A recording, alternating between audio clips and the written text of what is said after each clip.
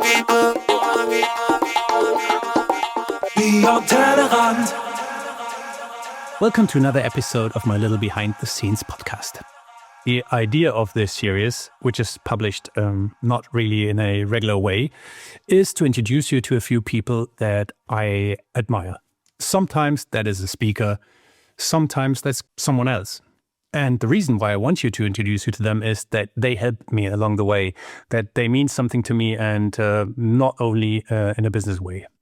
You know, I run Beyond Tellerrand for nearly 15 years as a single person, but surely there's a lot of people who helped me along the way, next to my family, of course. Some more often, some from time to time, but I'm absolutely thankful that those people exist and give me their input, their help, their opinion, feedback, or however they help me. One of them is today's guest, Keir Whitaker. We know each other for more than a decade, and once a week, Keir and I have a video call, and he listens to my rants, complaints, and also ideas. He, for example, is the reason why I put much more work into the newsletter these days and why I continue to work on it. The whole thing here is completely unscripted, usually, and I like what we came up with this time, actually. We chatted about feedback, about giving feedback, listening to feedback, using feedback for your work. I was asking Keir how important it is these days to have a website, especially for someone who runs events. And surely we also had a conversation about social media and how it changed over the last 10 more years. Last but not least, I asked him about his own event series called Craft and Work, which he started in 23. What is it? When takes it place? And who should come? I hope you enjoy our conversation. And if so, leave a like. If not, send me an email. Let's dive into it. Well, first of all, welcome. Hello and good morning. It feels strange to say this to you because you and I, we do have a weekly kind of call, love chat, I usually tend to say. You do? Where we just hang out and chat about what happened the last week, what kind of news between you and I are existing. I oftentimes empty my brain to you and you say like, that's a good idea, do this and keep on doing this, don't do this, whatever, and vice versa. And I have to say, over the last, how long do we do this? 2 years now? I think so, I would right? say so. Roughly. I think when we met, and we've known each other. Oh, hello, by the way. Good to see you as always. Yeah, I think we've known each other a long time. I was trying to, it's as, you know, as you get older, the memory fades about exactly how we met, but I knew we'd communicated on email before we met in person, which, despite being based in the UK and you in Germany, I think we met in New York, didn't we? At Brooklyn Beta, I think so. Or as the I think so. The Americans call must it Beta. Have been 2012, I think, 2011 or 12, or something like this. You were this guy with a fancy camera and long hair and sort of skate gear on, sort of taking pictures of food. I thought, is that Mark? I said we met on email. But yeah, this I think a couple of years. I think we sort of had a chat. We've both been in and around events. You obviously much more so than me, but and we were sort of talking around marketing and working out how Tellerrand could reach new people and that kind of thing. And then we thought, well, let's just keep track of what's happening. And that's when you really started digging into the newsletter, I think, a couple of years ago, which you've done an amazing job, I think, of regularly publishing that, which is but actually really difficult honestly, for most people. Yeah, it is. And it used to be for me because forcing yourself to like have this routine of doing it weekly or every 2 weeks, but also keeping the self-confidence in a way, right? Because I read my own shit and go like, oh, come on, who the fuck cares, right? Honestly, and then other people tell me, and that's great, no, it is interesting to read. Maybe focus more on this and that, and maybe mix in a few bits of this and that. And then all of a sudden, you find yourself in a place where you have more confidence in the stuff you do for yourself, because that's one of the downsides working by yourself on your own at home or in a studio or whatever, is that you never have any feedback. I could get feedback from my family, but as I often say, they don't care.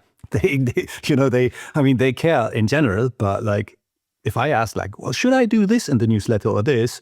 Oftentimes I just get 3 other people staring at me and going, or 4 other people staring at me and going like, yeah, whatever. I think you raise a really interesting point there around feedback, and it's something that I've thought a lot about, how you give feedback, how you receive it, and how much you not trust, but how much credit you give to the feedback that you get. Particularly when you're working in teams. I've worked in organizations where they've been very, very heavy into feedback, and I think on the whole, it's a great thing. But I think as we work with other people, I think you have to work out which feedback to sort of trust more, because not all feedback is equal. I think finding someone, particularly when you're a soloist or you're working on your own, or maybe you have people that you work with on contract or whatever, but someone that you trust and that actually knows you and cares about you and cares about what you're thinking, and then to have the the ability to take that as given and know that it's in your best interests to listen to it. And you don't always have to agree with it, but you want to take it on board. And I think oftentimes, particularly today, people give feedback, and it's not given in that way, right? It's just, well, I have an opinion, here's my opinion. And then people get upset when you don't take their, their feedback. And so, well, I told you what to do and it didn't, why didn't you listen? Well, I got, conflicting feedback over here. I've got feedback over here. It all it's a bit like reviews, I always say. You read the 1 stars, you read the 5 stars, and basically everything's a 2.5. So what do? And I think that's why having a sort of close circle of confidence, if you like, or people that you do trust, people that do know your business a bit more than others, and that they've got your best interests at heart. That's when, you have those kind of relationships, and it's really useful. We both have that. But same with you. I have it with Craig and a couple of other people, but it's only a handful, right? It is. And sometimes it's hard to hear, but you know that it's coming from the right place. Absolutely. But, yeah. as always, Absolutely. You don't have to agree with it. You don't have to do anything with it, but it's good to have that mechanism in place, I think, to have someone on a regular cadence, right? Who's a little bit more involved than others, particularly family, because as you say, they don't really care in the nicest possible way. It is, yeah. It is like this, and I get it. It's also good, like, to be a bit like disconnected from what I do. I mean, in general, like talking about feedback. We started doing this. It must have been 2022 when you and Craig came to Berlin and started doing the questionnaire, like the little was 22, I think. Which helped me a lot, and Colette gave me feedback, and very surprising feedback. So what you did was you came to the Berlin edition of Beyond Tellerrand, and you gave out paper forms, right? You asked people to join you and give you some answers to questions you had concerning Beyond Tellerrand. And I have to say, like, I was surprised with a lot of answers that were given, because I would have seen it in a completely different way. I must have told that to some people already, but I always thought, like, well, it's like a good mix of design and developers who come to the event and who are on site. And you proved me wrong. It is still a lot of web developers mostly, and they are interested in the design part of Beyond Tellerrand, but it is not the group, the kind of business group of people that I thought it would be. And a lot of other things that came out of that. So that helped me a lot to rethink to whom I'm actually speaking if I speak to new people or try to reach new people, which was quite nice.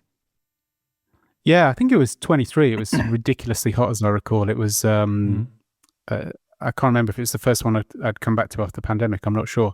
But yeah, so Craig and I, we had a little table in the exhibition area, and we're just kind of grabbing people during the breaks and just asking them some questions. And we had some set questions. We'd actually printed out these, or I think you printed them for us.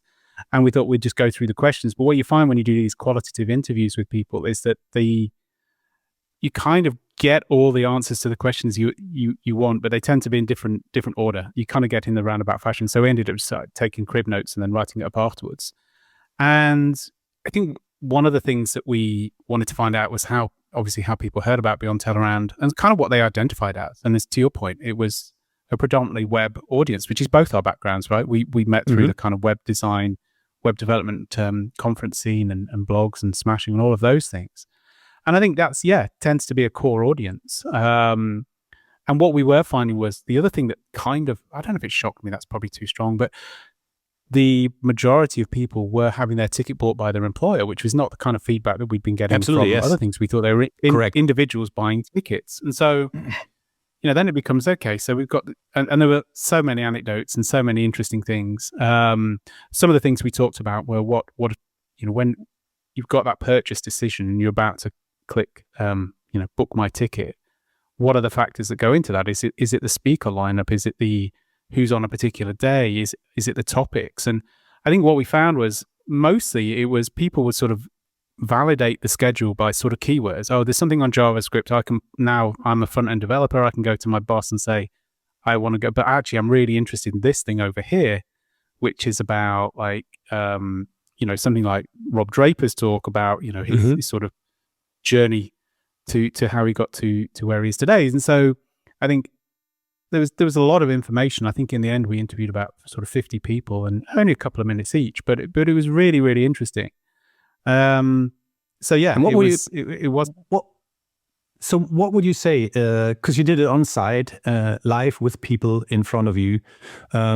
Is there a big difference between this and what I usually do after the conference when I send out a little like online form where people could like type in stuff? What's the benefit of grabbing someone on site and saying like, would you answer some questions I have for you?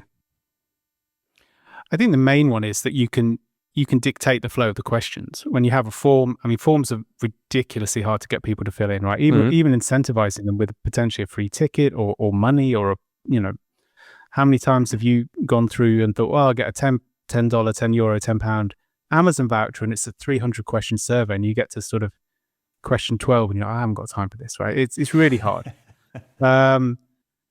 It's just not worth it. And so I think what you get when you do in person is you can dictate the flow of the questions. You can say, oh, that's really interesting. Tell me more about that. Okay, so where have you come? As the person you're with, is that, oh no, we've just met here. Okay, so how did you meet? What were you talking about? What was the big, and so you just kind of can go off on these little tangents, but always having sort of 2 or 3 sort of goals in mind about what you really want to find out. And I think for us, when Craig and I did it for Tellerrand, it was like, what do you identify as? How do you describe yourself? How did you hear about it? And what attracted you, the things to make that purchase decision? And so as long as you kind of cover those bases, but the beauty of face-to-face is you just get these little nuggets, little phrases, and oftentimes you'll find 4 or 5 interviews in, certain words or phrases or adjectives will be more common than not. And so community, vibe, atmosphere. Mark, you came up quite a lot in like, people like you and they like you do what you do. And so that was a factor. So all these little things that come out of it, some validated what we thought and some were kind of new data in a sense, new ways of thinking about what you can do to sort of push Tellerrand into new spaces with new people. And I think that, without giving any spoilers, that's a lot of that information went into the thinking for the new website, which we'll see the light of day hopefully soon. So people, faces, what are the types of people that attend this event? Let's talk about those people more. Let's use the words that they use. Let's show you what kind of people you can meet, as well as interacting with the speakers, as well as hearing this content and that kind of stuff. So yeah, really interesting project that. We did do a follow-up survey, but it was interesting, but it was nowhere near as interesting as doing the face-to-face stuff. I think the same. Craig's very good at just, breaking that wall and just grabbing people and sort of, have you got a minute? Very, very true. So yeah, it was a good project. That I really enjoyed it, and hopefully me too. And it was absolutely. As I said, like I had many insights I thought I had, but I didn't, or they were old, right? From what my conversations, at least. You just mentioned the website. Would you say that a website these days is still essential for an event? You run events yourself as well. We get to that later. But would you say no, people should focus on social media, whatever, LinkedIn and all these channels? Or would you say like, no, a website, despite the ticket side where you get your tickets, is still crucial for an event organizer? I think so, but maybe I'm of that generation where websites were super exciting, and it was just this new medium where you could exchange information and find stuff out in a way that you could never before. I think what's interesting is how we use websites. Like for the new, they're kind of a valid. I think okay. Let me take a step back. What I think's harder is to people to naturally come across your website, right? People searching for web design events in Germany or web development events in Germany, yes, they'll hopefully come across Beyond Tellerrand and they'll be like, oh, this is interesting. I didn't know about this. What I think the websites mostly do, at least in my experience now, is they're more of a validation tool. Someone will have heard about Tellerrand. They'll have it described in a certain way. This is the experience you can get. These are the types of topics. Or Mark's the guy who curates it. He's a really cool guy. And if you go to the website and it doesn't match up, right? So it's kind of that validation piece. Does what I'm hearing over here, does the website match up to it? And you can get more information, obviously, buy your ticket. So, I mean, I'm also the wrong person to ask in terms of social media, because I think I'm mostly quite disillusioned with most of it, as we often talk about, what used to work no longer works. Would be my next point, like talking about social media and your opinion on it. But so website, you think it is still valuable to really put work into your website if you... Not only if you're an event organizer, but like we're talking about this kind of stuff right now. So therefore, yes, for an event organizer, you'd say, yes, it's essential that like the information is on there, the speakers are introduced on there, the topics and this kind of stuff. I think so. Although, maybe again, I look around, we often share links to other events, and I'm always kind of shocked about how little information is on them. Oftentimes, just silly things like having to scurry to find the date, the times, the location, right? It's just the simple logistical stuff. I think they can be really good sources of truth in terms of like local hotels, how to get there, all of that kind of stuff, which most people don't put on there. I'm probably guilty of that too. But I think, I look at some events and I'm like, you've sold out, but there's literally nothing on the website. Like how has this happened? And I don't claim to understand that. I think the more info you can put on there, the better, really. But I think so. I think having the basics there, and as I say, sometimes you have to really hunt for the dates and the times. You're like, where is it? And tickets. Sometimes you can never find the ticket button. It's kind of bonkers. But I think. What do you think? Do you think it's still essential? Do you find that most of your... Obviously, people buy the tickets through the website, but do you find that most of your, apart from repeat, loyalists like myself, do you find that people respond more to a social media post or the newsletter? No.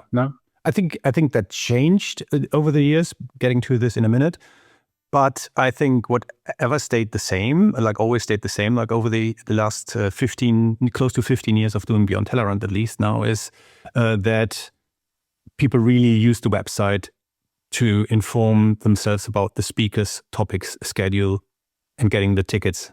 So that's like the main 4 pages of an event that get frequently used. If I have a look at the statistics, and therefore I think it's still valuable. Absolutely. Not sure about the hotel stuff anymore.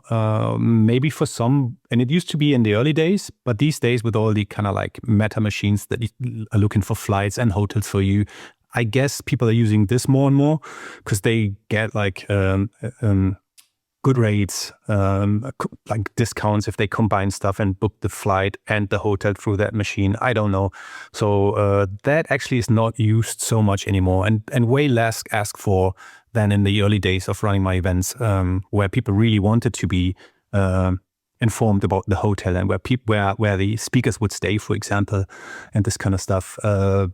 Nowadays, I'd say that's like really rare.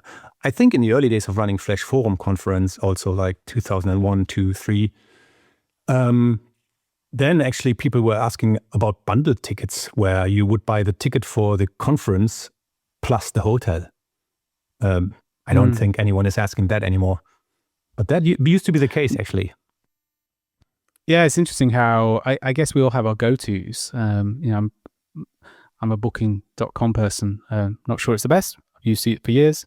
So I tend to just book through that. It would never occur to me to try and get a hotel booking through a conference now. It is interesting, isn't it? So yeah, it is interesting. That changed a lot. So, yeah. So yeah, going back to the good old days, the times when things flew through social media. What do you think fundamentally has changed then in terms of marketing events, in terms of social media? I mean, what platforms do you still use? Obviously, a lot of people have moved away Good from question. the I would original have gotten to platform. that point. Yeah, I would have Yeah, gotten to that point as well now. yeah. It's so. What do you find? What do you invest your time in terms of social media, and how do you think? Without being too pessimistic about it, does it move a needle? Does it help you publicize the event? Do you think it's actually doing any good? And if you weren't doing that, what could you be doing instead? I guess. I guess one thing is to focus on newsletter is the thing to be sure that actually you reach the people you want to reach, at least if they're on the newsletter. But getting to the point where you said, I don't want to be too pessimistic. I think you're not pessimistic, or I'm not pessimistic. It's more like realistic, because you got to realize that 10, 15 years ago, there used to be X, back then Twitter, and Facebook, and that were two major platforms where people would hang out, and you would reach them on those two platforms. And I honestly, when I tweeted something back then, saying like, well, here's the early bird tickets for Beyond Tellerrand, I instantly sold like so many tickets because of that. These days, it's tumbleweeds, right? There's nothing. Yeah. Not even like, I'm not talking about Twitter anymore, because I left that like a while ago. So I mean, I still have the accounts, but I don't post on there anymore. But even on Facebook, like the reactions you get is like close to zero. It's nothing happening on there anymore. And surely there's a lot of new platforms that were brought to life recently. And are they good? Do they do anything? I think each of the platforms adds a little bit to what you do, or at least to like gets to people. But the question is, do you really find new people on them? I don't know. So I use like the stuff that people know, Mastodon, Blue Sky. I do LinkedIn. I am on Instagram still. But that is mainly it, I would say. Well, we have a YouTube channel, and I use the post feature on there a little bit. Do I find new people there? That's the good question. I don't know. I use it more or less like to broadcast stuff without knowing who's going to read it. And because of the fragmentation of the variety of platforms that are there, you have to cater each of the platforms in a different way, which makes the work you have to do for it way more than it used to be, with less effect. So for me, it means like me being a one-person band running my events. I used to post to two platforms with the same content. I cannot do that nowadays, because each of the platforms, maybe Blue Sky and Mastodon, are kind of similar, but Instagram certainly wants something else. And LinkedIn surely also does need to something else to be seen, right?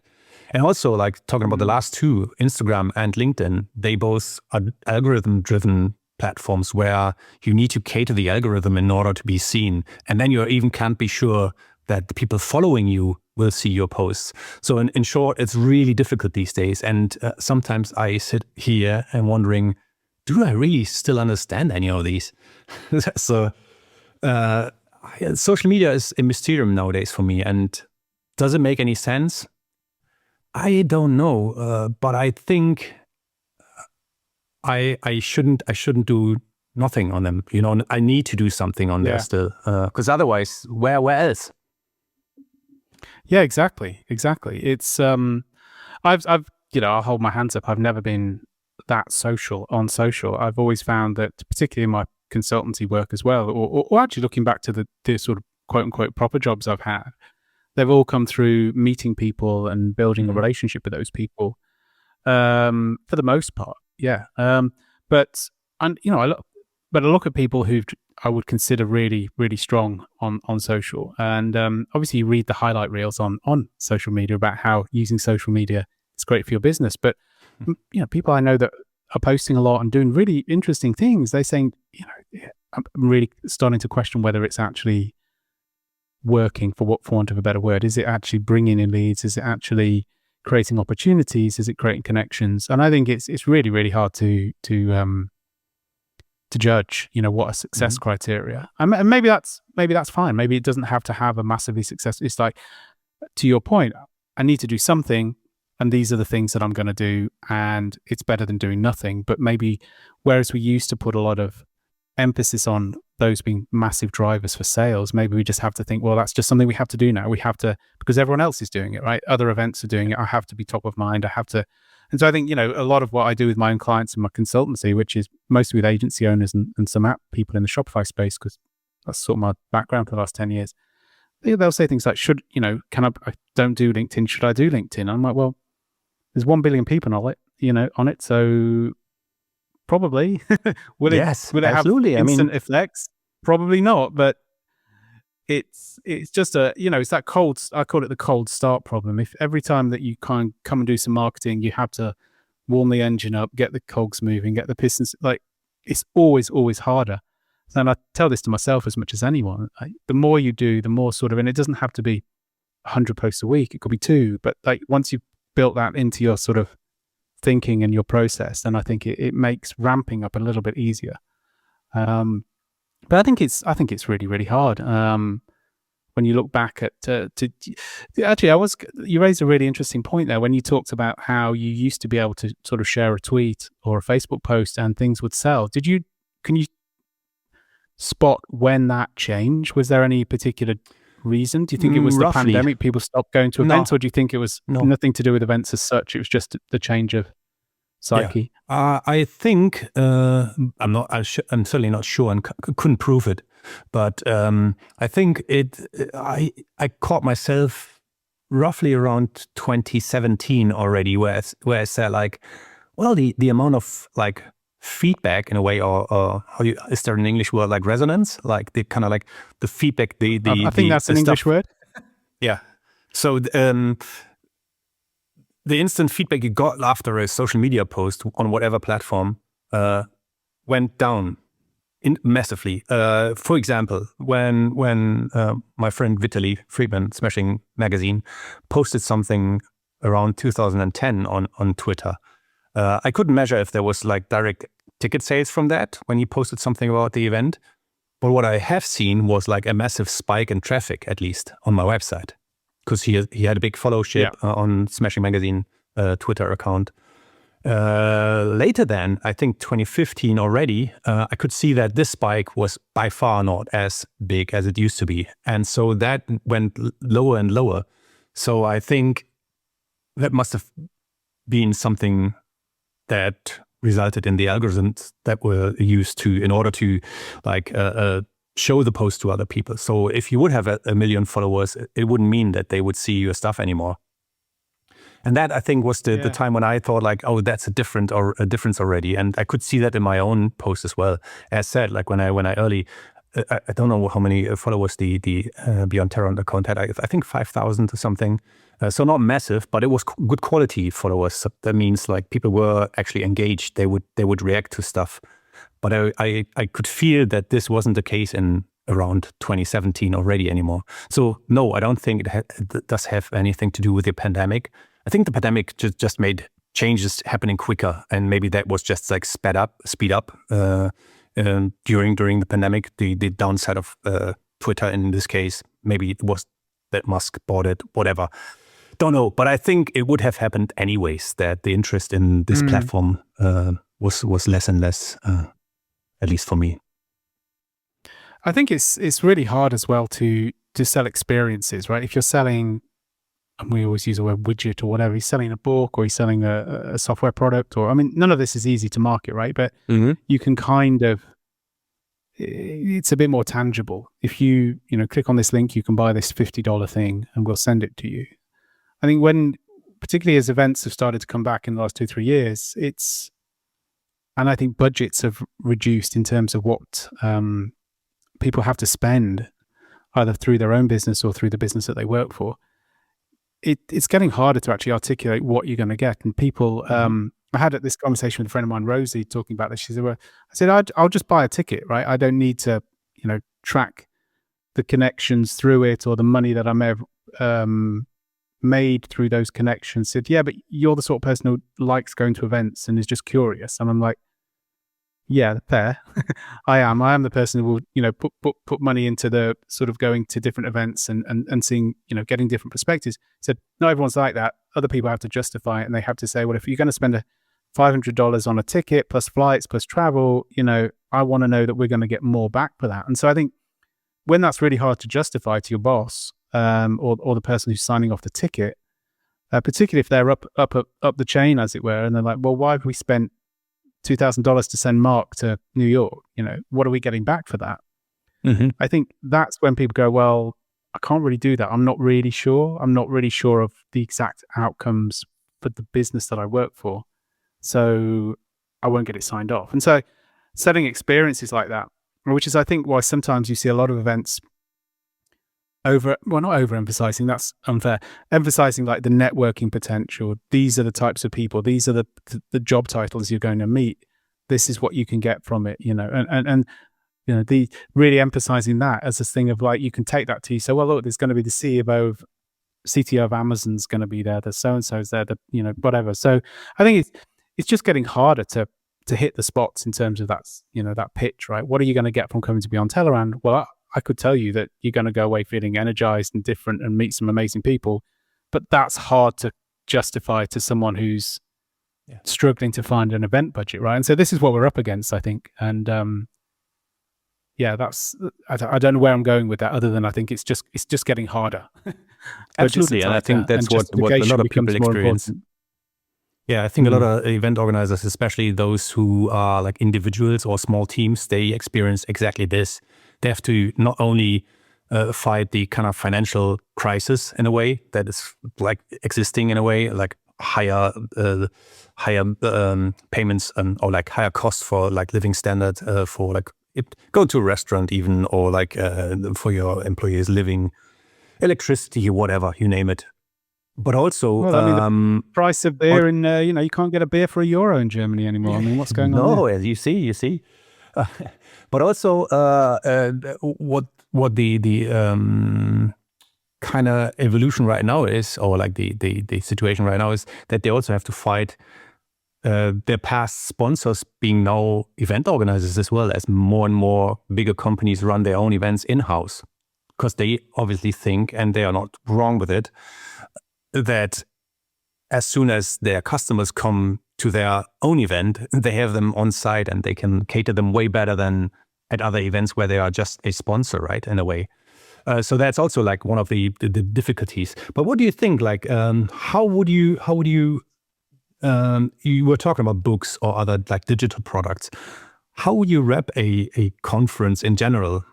Surely there are differences in like how they are done and what the content is, but like, where would you put the product conference or festival or show in the way that we know, on a shelf next to books and stuff? And where's the like the value to go to an event like this? And how would you put that in a convince your boss form? Like, not talking about a specific conference like your Tellerrand or Smashing conference or your craft and work event, but in general. Where if someone says like, what's the value of like going to an event in general? How would you phrase it in a few sentences? Oh, you put me on the spot there, Mr. Thiele.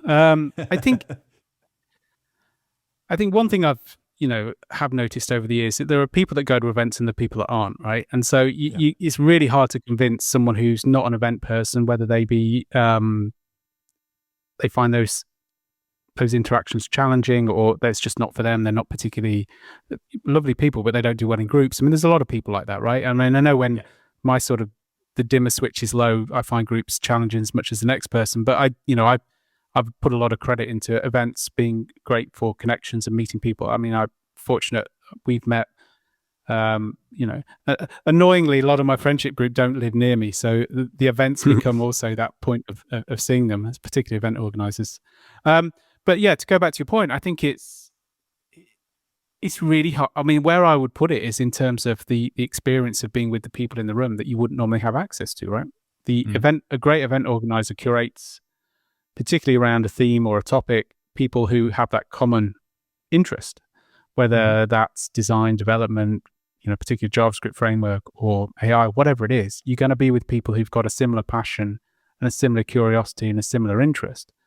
And that selfishly means that you're going to, soak up a lot of interesting things. You're going to hear opinions that you agree with, opinions that you not even considered, and opinions that you don't. And you're going to be challenged in a way that allows you to think a little bit differently. But it's really hard to sell that. How do you sell? As we both described, trust me, come along and tell me how you feel afterwards. It's not really a solid sales. That's the point, right? As opposed to, that's the point. Here's 10 chapters. Chapter 1 is like, accounting, A to Z. Chapter 2 is like the sales bit. It's like, well, I read that, I'll understand all that. It's very, very difficult. And I think that's why when we look at particularly conferences now, that we both talk about this, that are very specific. Like if you go into a React conference, you're going to be talking about React stuff and you're going to learn React stuff. It's a bit more difficult to do that when you're saying, well, come along and be curious. And, and I think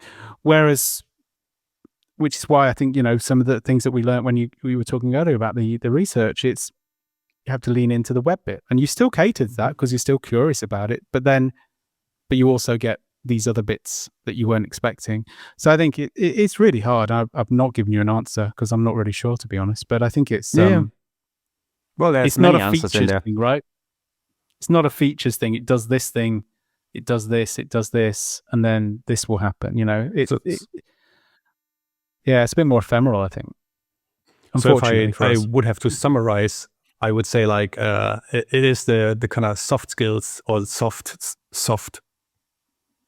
not soft skills, but the soft outcome that you can't measure, that you would have to sell to your boss to convince him to go. It's not about the learning stuff. Well, you might learn something or not, but it's not the interesting bit. The interesting bit is like the kind of exchange between people, the conversations you have got, then the accidental learnings and meetings you have got, like on an event like this. I think so. I think there's a difference between going to an event like yours and going on a training course, right? I think those are two different things. When you've got a training course, which, I've been on many training courses, been very fortunate, and you do go and there's a curriculum and you learn through it and you come out knowing things that you didn't know. I don't think it challenges you in the same way as an event like Beyond Tellerrand, where, you'll get everything from the latest and greatest CSS to a guy who lived as a goat on a Swiss mountain. You can't really plan for that. It's like, okay, but I got something from all of that. But again, I have to sort of caveat that I don't think I'm necessarily the atypical conference goer who's, I've been fortunate enough to go to a lot of conferences. But yeah, I think it's really hard. If you look at the conferences that we know run by friends or people we've observed, the ones that we look at and go, God, they've sold out. They're very, very specific, right? Their UX. You're going to hear from the thought leaders, the people at the forefront of this particular profession, and you're going to be able to use that, in your work the next day. You're going to be able to go back and say, these are the things that we talked about. This is where the thinking's at. Or you go the other extreme where you get these massive conferences, and you've referenced a couple in our chats that take place in Berlin, and they are 10,000 people, and it's all sponsored. And the reason that they can be really relatively low ticket prices because they've got everyone there. And the reason everyone's there is because, well, if they're going, I've got to go, and so we've got to have a stand. And so they become these big behemoths, expo style. There's one in the UK, e-commerce expo. I think it runs in a couple of countries. But you go there, and it's so overwhelming, and it's just, you have to be there as a vendor. So they get all those people along, they get the money, and it becomes this big thing. So I think there's different styles of events that you could market in different ways. But as I said, I feel I've provided a non-answer there, but other than it's difficult. Yeah, sometimes there is no answer to stuff. I think where we tend to often come back to when we're chatting weekly is the question how we can use the given feedback to give this to someone else, to say like, this is what other people say, right? So I always get back to stuff where someone comes to me and says like, I've been here for the first time, and I'm here actually for the talk of, just to name someone, Brad Frost, who is talking about design tokens. But you know what? The other talks, they were fantastic. I learned so much, and it inspired me so much. And now like I instantly have to tell anyone else like about the event because they need to come. And you go like, well, this is exactly what I need. Can you please like repeat this into the camera and like have other people know it, right? So this is more like the stuff what you just said, like, well, once you've been there, well, not everybody likes it, of course, talking about my event, but if you get the positive feedback, you're going to go, damn, I need to somehow capture this and throw that at people outside and let them know, right? So that's the interesting stuff. And again, I know a lot of event organizers in the UK and in the US that really suffer from low attendance rates, and they did well and they still do well in terms of the program and the curation of their events, but yet less and less people come, and you wonder, why is that? Anyways, I wanted to talk about something else also. If I may, I may just interject on that one. I think there's one thing we haven't talked about is, we are of a certain age and we've grown up going to web design and development conferences. Yes. In terms of technical knowledge, in terms of information learning, there's never been a better time to have instant access to any of that from right here, right? I can ask chat, I can Google, I can do whatever I want, and I can find apart from my dripping tap, anyways, that's another story. I still can't seem to find the right YouTube video on that. But like, if I've got a coding issue or I need to bounce an idea off chat, I can do all of that. And so I think maybe just the way people consume learning has changed, and maybe that's what we've not taken into account. We're still attracting the people that would always be attracted to these things, but the people who may have gone to a conference. I mean, I remember going to my first, it's probably 20 years maybe, at Media 2005, I think it was, in London. I'm not sure if you were there. I remember. No, I haven't been there. First web conference I ever went to, and I was hearing from people whose blogs I'd read, but they were telling, they were showing demo. It was before like people were sharing everything on YouTube, and it was like, wow, getting access to stuff I couldn't get access to. So it was really, really insightful. Whereas I think, if I look at my children, we've got children of similar-ish age, I don't think either of them have ever expressed, apart from concerts, going to, they just learn in a different way. Absolutely. And so maybe that's something we haven't taken into account, that the people that would have gone because there's no other option are no longer going, but the people that are always susceptible to a good event and see the value in it are going, but that pool is reduced. But maybe, I don't know. But I interrupted you, so please carry on. No, all good. Do you then think that events had its time, and it's just like events as we like them, at least the kind of style we like are done and gone, and they're not needed anymore? And yes, there's like the big events you mentioned where people show themselves, the brands and stuff, and like selling things, and not so much about learning or like personal, like how do you say, personal development in a way. Or do you think like, no, there's still relevance for what we do, or what you do, Mark, or what you do, Remy Sharp, for example, or and what I mean is, is there, or to put it in one question, is there still any relevance for like small events like ours? And if so,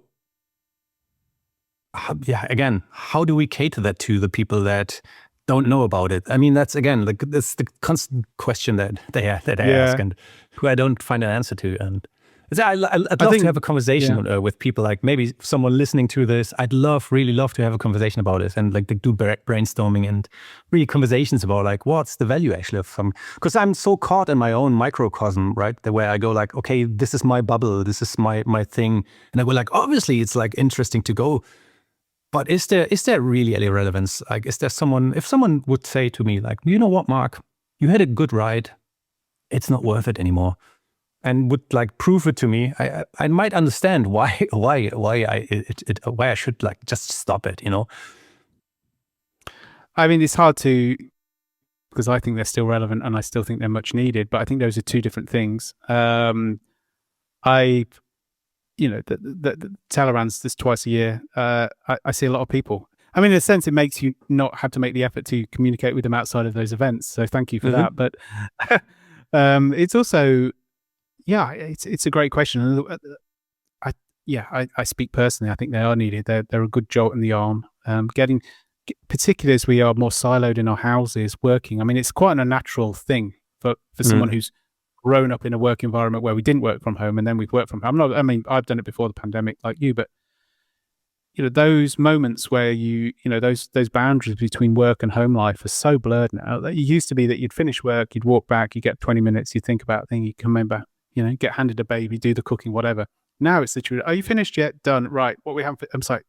So there's all these blurrings of boundaries. And I always think, so for me, events are that sort of getaway think time, get on the plane, think about something, get on a train, think about something. So, I mean, I can only selfishly speak personally, but I do think they're needed and I do think they're relevant. But I think to your point, there's two things we've not really talked about. One is size. Maybe it's around smaller events that are more economically viable, although that's challenging as well. How do you get 10 people to spend £1,000 and you make a couple of hundred off them, as opposed to 100 people spending £100 and make a few pounds off them. But yes, it's the economics of events. As everything, as to your point, has increased in cost. Hosting events costs, and the model's broken, right? We both know the model is basically try and get it paid for with sponsorship to reduce your risk and give work hard to justify that spend to your sponsors so they have a really good experience and the right people, but then hope people come so that you actually make a living off it. And I think that's where your point about product companies doing their own conferences, they can do those as loss leaders. I know this personally from working at Shopify for 7 years, right? I was not tasked with making a profit on the events that we ran. If they could bring in some revenue from ticket sales because people put a value on buying a ticket, great. But it was all costed as part of the marketing budget. And I think that's and if those conferences are attracting people that you're attracting to speak at your event and they're €300 cheaper, like where do we go? And again, realistic, not pessimistic. I think there are ways you can do it, but it's becoming increasingly harder to host 2-day events with social activities, just to make the numbers work. We both know that the worst feeling is chasing numbers when you really want to be focused on putting on a great event. So yeah, it's I think in-person experiences will increasingly become more important. For those that value them, they'll be even more important. But for those people who probably never go and are happy to consume their learning digitally, maybe, maybe that's always been the way, but they've just got to, that number's grown because there's just more access to education online and stuff. Yeah. And because you said that events like this are needed, you run your own event as well. Oh, great. Good segue. Yeah. Very small event. Nothing like yours. Yeah. Yeah, no, doesn't. It's not always about the size. You know that, right? So I'm told. Yeah. What is it? What are you doing there? I mean, I know it, but to the listeners, viewers. So it came out of an experience. It's called Craft and Work, which is partly a play on this idea that the craft is the thing that we're good at. Like you're a great developer, but the work, the business bit, that's the bit as a small business owner we find challenging. I'm a great developer, but how do I find clients? I'm a great developer, but how do I market? I'm a great developer, but how do I build a team? And it's also a play on, Kraftwerk, the famous, the sort of Dusseldorfian. I'm not sure if that's even a word, banned from the 70s. It is. But it came out of something that happened in 2022. It was, we're just coming, I guess, sort of out of the pandemic a bit. And someone tweeted back in the day when it was still Twitter, it was 2 years ago that this bunch of people were around a table in Amsterdam. It was just before the world shut down. We're at a Shopify hosted event. I'd left Shopify by this point, but was going along to them still. And we're at this Turkish restaurant and there's a picture of us. They said, it'd be lovely to meet up again. And so Craig, who you mentioned earlier, replied, if only someone knew how to organize events, Keir. I was like, well, if you all want to come and have dinner in Bath with me, I'll organize it. And a bunch of them did.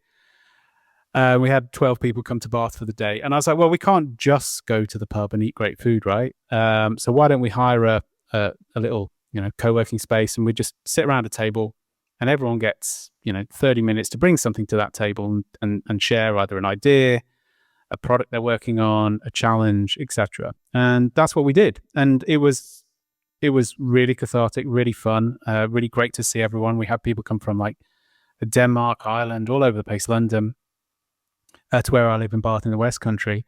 And someone volunteered to say, well, we'll do the next one in Ireland. I was like, great. And then that didn't happen. I was like, oh, that's a shame for whatever reason. How do we do that again, but involve a few more people so we don't have to be sort of selective?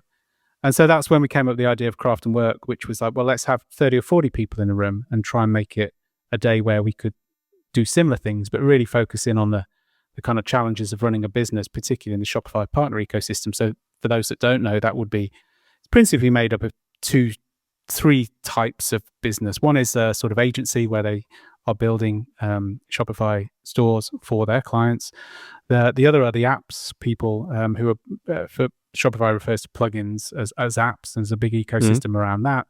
And then the third would be sort of a tech partner, and that would be someone who's not necessarily specifically Shopify focused. Maybe they work with other platforms as well, but think of an email service provider or an analytics platform, but they kind of plug into that ecosystem in some way. And so, yeah, we did the first Craft and Work in 23 in lieu of the fact that the Irish experience didn't happen. And we've got about 40 people along, and really, really fortunate that met a lot of people along the way who support it. I call them patrons, which is, I always say, somewhat pretentious, but it is like you're supporting it because these events aren't really making bank. They're not for that. Yeah. And so that allowed me to put that on in London, and we had a great. It went really, really well. So people like Zapier and the Support Heroes and Sufio supported it and have continued to support it. And so the following year, last year, we did 3. We did one in London, one in New York, and one in Toronto, which is kind of Shopify Heartland as well. And then this year, we're doing London and Toronto. But they're super small, based around conversations, 30, 40 people in a room. We have sort of presenters, but again, it's no slides, very analog. Come and just try and encourage these people to share a bit more than they would at a traditional conference stage, right? It's not like the A to Z of how we did this. It's like, well, this thing in the middle was really challenging, and this is what we did with it, or had this experience, and I used to think this way, but because of that experience, I think that way. But all through, it's not, some people do get personal, but it's mostly around the sort of business side of it. So we've had talks on company culture and how that's changed through growth. We've had things on storytelling. We've had things on, also in a meta way, events. We've had things on running a solo business or scaling back a 10-person business to a solo business. We've had things on growing teams, all of this kind of stuff. Career journeys, like last year in Toronto, a guy called Blair, he talked about how his first job was at Shopify, and then it took him about 6 years after leaving that to actually work out, to find something that kind of matched up to that experience. He was just, where'd you go if your first job's at a rocket ship company, So things like that. And then a lot of conversations. It's all very open, and everyone has a say if they want it. And so that's encouraged, come along and talk and share and discuss. So yeah, that's sounds lovely. The not so short version of what it is. But again, it's much more, I guess it's very inclusive. So you come along and everyone has the opportunity to, everyone's voice is equal, whether you've been in, as it should be always, but in a sense, but whether you've been in your role a year or 10 years, where we can all learn. It's based on the idea that there's no set way to success, and success is relative. So you go on LinkedIn and it's like, here's a course. Yeah, I'm going to buy a course on how to create a course on how to be really good at LinkedIn. Or here's the A to Z. Follow these 3 things and you'll have the same success as me. I'm a multimillionaire selling a $99 course on how to, well, why are you selling a $99 course? Anyways, so it's all kind of like the anti, it's based on the idea that there's no single path. Most of our success is, like, speaking to people, some it's luck, and you define luck however you want, or it's just, well, I mean, what if you succeeded the first time with your first business? Do you have to fail to succeed? It's all these kind of things that I find really interesting, particularly as one gets older and starts to question. Okay, sounds wonderful. Well, you'll be there. Wonderful. You came to the last one. Yeah. And I have to say, I really enjoyed it, especially the as I am, as my character is, like the conversations in between the talks and like afterwards, right? This is like always for me the juice. No matter to which event I go, it's like this kind of like anything that happens apart from the talks. I do love the talks also, but it's like in general, I'm most interested in the people coming and conversations and all this kind of stuff. So if you say you came from the Shopify ecosystem and like there's a lot of talks about, would you say like it is only for people coming from the Shopify world, or is it like open to other people as well, where it's like, oh yeah, no, you get stuff out of this also if you like, don't know, want to write a book and promote it yourself and do the marketing yourself and you're a one-person business? That's a great question. I always describe it as like, to most people in the room, Shopify is this kind of glue that binds us together, as in we all make or most of us have made or are making a living from being part of that world. But that's not really the topic. And consequently, because I work with people now through my own consultancy, coaching people who aren't necessarily deeply involved in the Shopify space, or maybe they're more B2B or they're a creative business. So it's very relevant to those people as well. And the reason that if you go on my website and you'll say it's for like soloist founders and leaders in the Shopify partner ecosystem is because that's kind of the world I have more access to. And so instead of trying to, I think, having an audience to speak to in a way that resonates is key, particularly for these small events, right? There's only going to be 30, 40 people in the room. It's very conversational. That's not for everyone. So I'm already reducing the pool of people that might attend. So I pitch it that way because that's the kind of world I've lived in for the last sort of 12 years.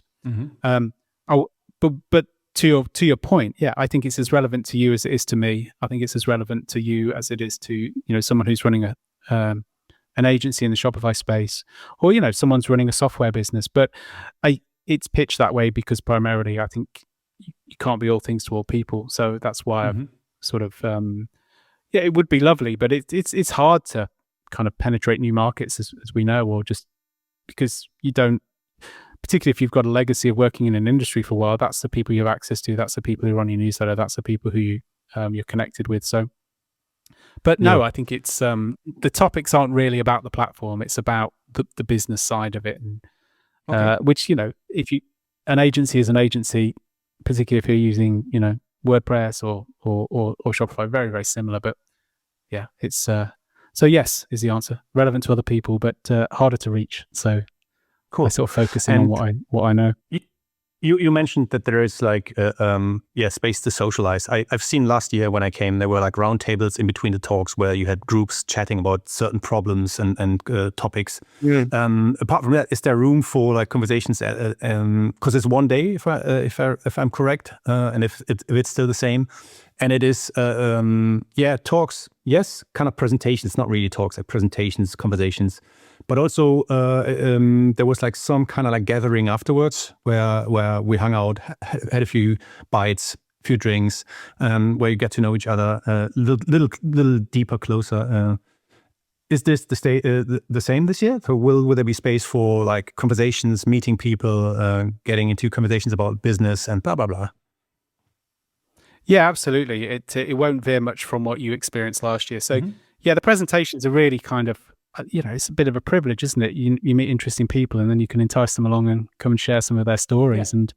I've been very privileged to meet some very interesting people along the way, as have you. So yeah, there'll be four, particularly in London, there'll be four 20 minutes or less slide-free presentations, and they're really kind of conversation starters, right? Like here's someone's take, how they think about something. Let's have a conversation around that. So whether it be, Tim, who'll probably be talking around AI, or Ashley, who's talking about building a software product in completely kind of ecom, but not in insurance. And, these are meant to spark conversations. So we have those. We have what we call the conversation stations, which you mentioned there, where last year's were, here's a bunch of esoteric business challenges. How would you solve them? And we got a lot of different responses to that. Most people enjoyed that. Some people, there's a couple of people in New York who thought they were a bit like frivolous. And it's like, well, we'll throw you into groups with people you don't know and give you a challenge. And, he said, want to talk about my business? And so, well, these are all business challenges. Like you can read into these what you want, but also you don't have to answer them. You can just talk about your business. And then, we'll have a kind of group conversations where we've got a whole bunch of hot topics or questions that we've come up with that we just throw out to the group. And they're always interesting. Where's your head at on this? It was funny when last year, I think it was in London, we were talking about kind of mistakes or fuck ups, if you'll excuse me. And it was all very, very quiet. And then someone said, well, this happened to me. And then suddenly the floodgates opened and everyone started sharing their kind of like worst experiences in business, whether it be from like deploying code that with an error that no one spotted for a week that lost millions of dollars to accidentally. There's a whole bunch of things. And that was really, really interesting as well. And I think interesting. they're all sparks a conversation. So yeah, it's a day of conversations really. So come with some throat sweets because all being well, you'll be talking a lot. Okay, then last but not least, for the London one, give me the dates, how much it is, and where it is. So this is the pitchy bit at the end. Oh, I love this. It's we're using a place called Wallace Space, which is a penthouse A, I think it is, which is in Clerkenwell, not far from Farringdon Station. It's on Friday, the 26th of September. It's all day, 9 to 5, fully catered, breakfast, lunch, and snacks. And hopefully, as you remember last year, we had a very chatty coffee machine. So we're going with a French press this year, so we won't have that. Mm-hmm. And yeah, it's Friday the 26th, £215 plus VAT. Yeah, and there's about 10, 11 seats left. So we should be sort of Nice. on for Okay, about cool. 40, 45 people.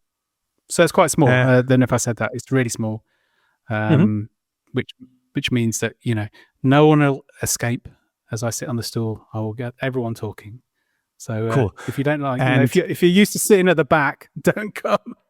Yeah. Because you will be picked on in a friendly way. And the one in Toronto, when is that happening?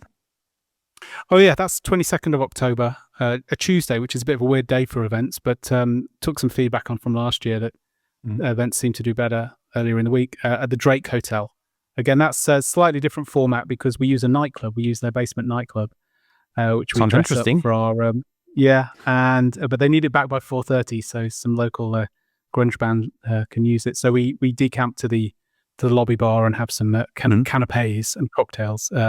So the format's slightly different. I think it's one less presenter just so we can fit everything in. But nevertheless, another good day. Cool. Well, wonderful. I have to say, I'd love to join the one in Toronto. I do join the one in London, though. Well, anyone listening, watching this, if we would meet there, wonderful. I can highly encourage you to come. I had a fantastic time last year, I have to say. I took some photos, so I think they're online at Keir's webpage. craftandwork.com it is, right? Is it? One sentence. That redirects. Oh, yeah, that does redirect. I've actually just consolidated everything. I was kind of fed up of having multiple websites, so I ended up just putting it all back onto mine. So keirwhitaker.com/craftandwork or craftandwork.com takes you to the same place. Cool. Very great. Wonderful. And this brings me to the end and to say thank you. We had about an hour, 45 minutes chat right now. The idea of all this was I call it behind the scenes podcast, whatever you call it.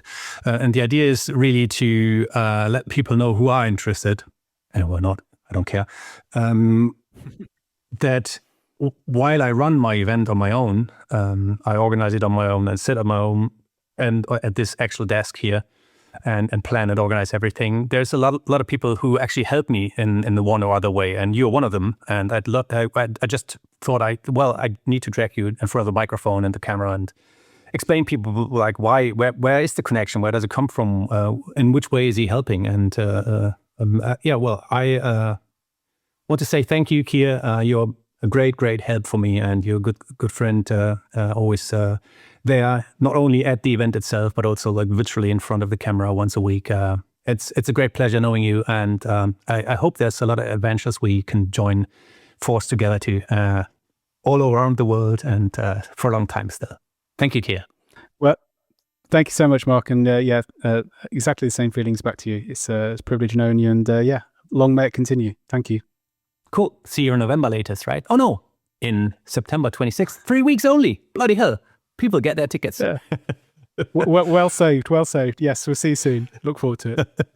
Bye, Keir. Bye. All the people, be on Tellerrand.